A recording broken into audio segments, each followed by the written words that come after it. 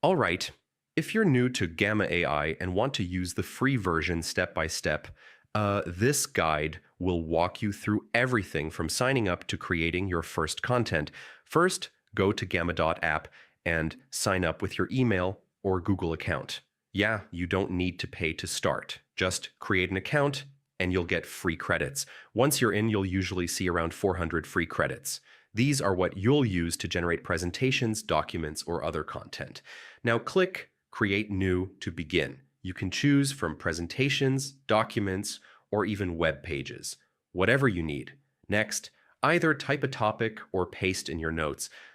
Be clear and specific so Gamma can generate good content. Now click Generate and Gamma will build your presentation or document automatically. Yeah, it uses your free credits for this, so watch how many you spend. Once it's ready, you can edit text, adjust layouts, add images, or even change styles. It's super flexible even on the free plan. When you're happy with your content, export it or share a link with others. Yeah, Gamma lets you download as PDF or PowerPoint or share a web link. If your credits run low, you can keep using the free plan until they're gone or consider upgrading. But for beginners, the free version is perfect to learn and experiment.